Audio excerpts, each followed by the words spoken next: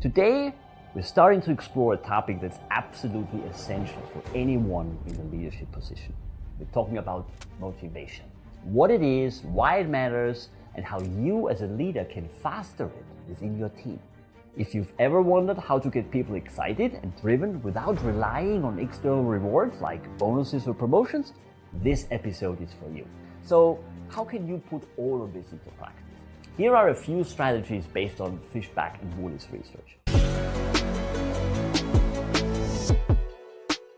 Welcome back, everyone, to this week's episode of The Mammoth in the Room. Nicolas Bocconi, CEO of Mammoth Leadership Sciences. Today, we're starting to explore a topic that's absolutely essential for anyone in the leadership position. We're talking about motivation.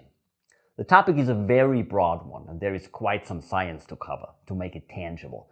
So we'll dive deep into the topic in multiple episodes because our promise is, yes, share experience, call it tips and tricks to immediately improve in your leadership endeavors, but to base it on science, on what we know, to make sure we're applying things which really work.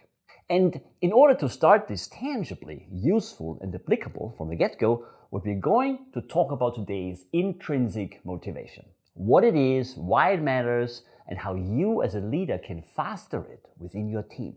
Specifically in this episode, we'll be breaking down insights from Ayelet Fishbach and Kaitlin Woolley's 2022 paper, The Structure of Intrinsic Motivation. They offer a powerful framework to help leaders understand how intrinsic motivation works and what you can do to cultivate it in your team. If you've ever wondered how to get people excited and driven without relying on external rewards like bonuses or promotions, this episode is for you. But before we begin, make sure to subscribe and follow our podcast for deeper dives into the science of leadership. Give us some reviews on the YouTube channel or wherever you get your audio podcast from. So let's get into it. First, let's define intrinsic motivation. At its core, intrinsic motivation is about doing something for the sheer joy or satisfaction it brings, not because of an external reward. You know that feeling when you're completely absorbed in an activity just because it feels right? That's intrinsic motivation. Contrast that with extrinsic motivation, where the driving force is an external reward, like money, recognition, or a promotion. Fishbach and Woolley explain this concept with the idea of means-ends fusion. Normally, we think of the means as the process and the end as the outcome. But with intrinsic motivation, the activity itself becomes the reward. In other words, the means and the ends are fused together. For example, think of someone who loves painting. They don't need to be paid to pick up the paintbrush. The act of painting itself is rewarding enough. This is critical for leaders to understand because it challenges the traditional mindset that people only work hard when there's a clear external incentive. Sometimes the work itself can provide all the motivation people need. Now, do we think that every aspect of any work can always be motivating? Well, probably not, right? There are always some things which are bothersome, not fun. For me, for instance, it's bureaucracy. I mean, even in looking what I do here, the leadership podcast, there are aspects which I really don't like. For instance, getting the studio ready, charging the batteries, or the other day my camera shut down for no reasons. I didn't know why, still don't know why. You just get it, right? I mean, it's just like you have to spend time doing things to do the things you really like. But the general essence, the main part of the work we do, why we do things, can indeed be fully motivating if you get it right. So how do we do that? One of the big insights from Fishbach and Woolley's research is the importance of immediate rewards. These are rewards that you experience during the activity, not after. For example, the satisfaction of solving a complex problem, the joy of learning something new, or the feeling of flow when working on a creative project. All these can be immediate rewards. Like me in front of the camera or on stage, explaining what I believe might help others is an immediate reward. Sharing mistakes I did to make others not do that is an immediate reward. Why does this matter? Well, most organizations focus heavily on delayed rewards, like bonuses at the end of the year, promotions, or completing long-term goals. While these are important, they don't necessarily foster intrinsic motivation. In fact, delayed rewards can sometimes shift the focus away from enjoying the activity and make people overly fixated on the outcome. Immediate rewards, on the other hand, keep people engaged and can increase their persistence in the long run. As a leader, this means that you should focus on helping your team find immediate rewards in their work. Encourage them to enjoy the small wins along the way, like mastering a new skill or collaborating with a great team. These immediate rewards can help sustain motivation even when the big delayed rewards like promotions or project completion seems far off. Now, it's important to note that intrinsic motivation is not a static thing. It can wax and wane depending on the task, the environment, or even the person's mood. A task that feels exciting at first might become boring if it becomes too repetitive.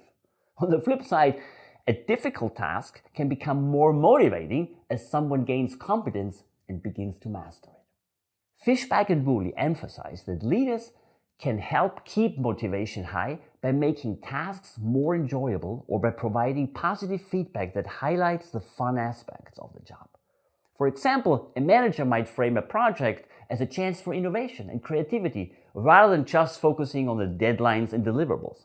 This shift in framing can turn a routine project into something that feels rewarding and motivating. If you're leading a team, think about how you can adjust the tasks at hand to keep them engaging.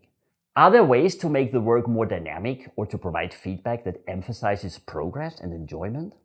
Small adjustments like this can make a big difference. Another major point from Fishbach and Woolley's paper is a connection between intrinsic motivation and our basic psychological needs. These needs are central to the self-determination theory, which argues that intrinsic motivation thrives when three core needs are met: autonomy, competence, and relatedness. Let's talk about autonomy. People need to feel in control of their actions and decisions.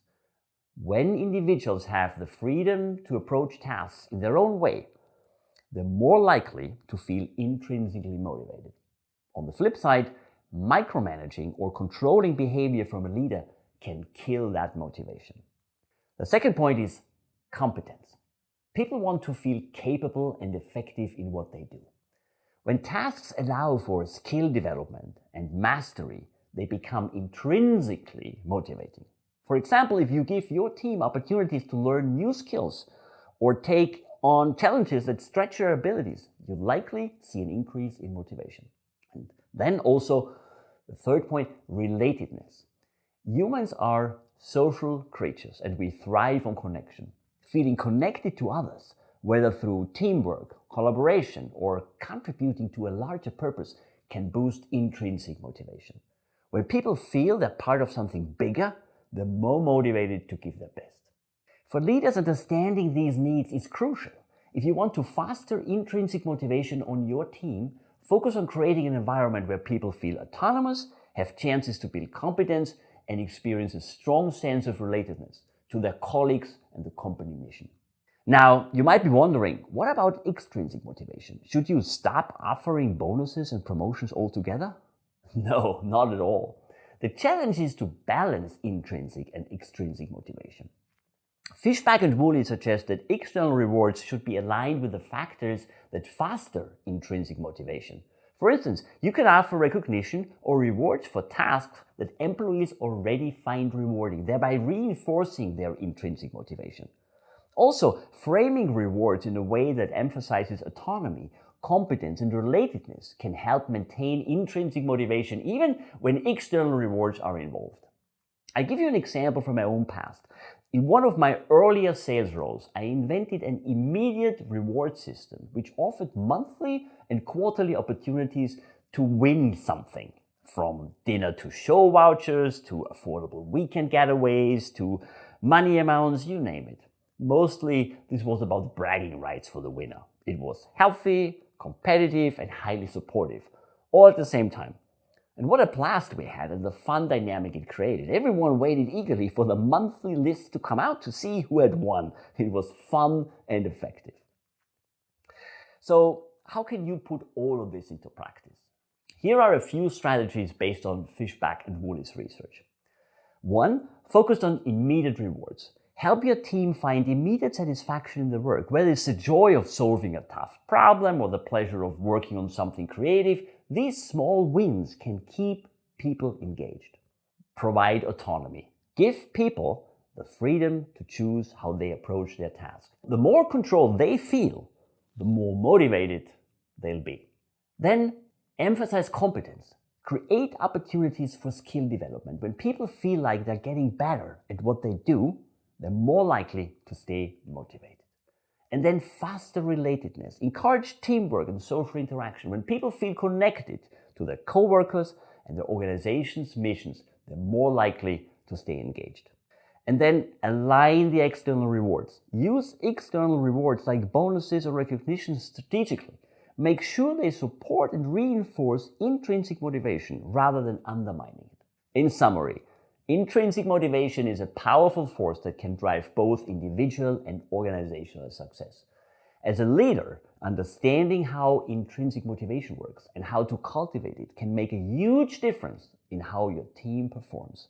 By focusing on immediate rewards, autonomy, competence, and relatedness, you can create a work environment that's both fulfilling and productive.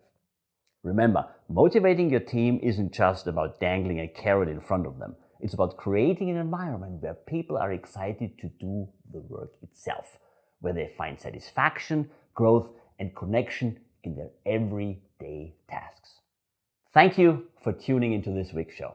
If you found today's discussion helpful, don't forget to subscribe, leave a review, and share this episode with your network. Until next time, lead with empathy, inspire with purpose, and cultivate motivation from within. And lastly, if you're interested in more, you can order my book. It has the same title as the podcast, The Mammoth in the Room. It offers a practical roadmap how great leaders and their teams embrace evolutionary truths for outstanding business results. And it does that in 3 sections: on people, on strategy, and on implementation. Thank you very much. Nicholas Bocconi, The Mammoth in the Room.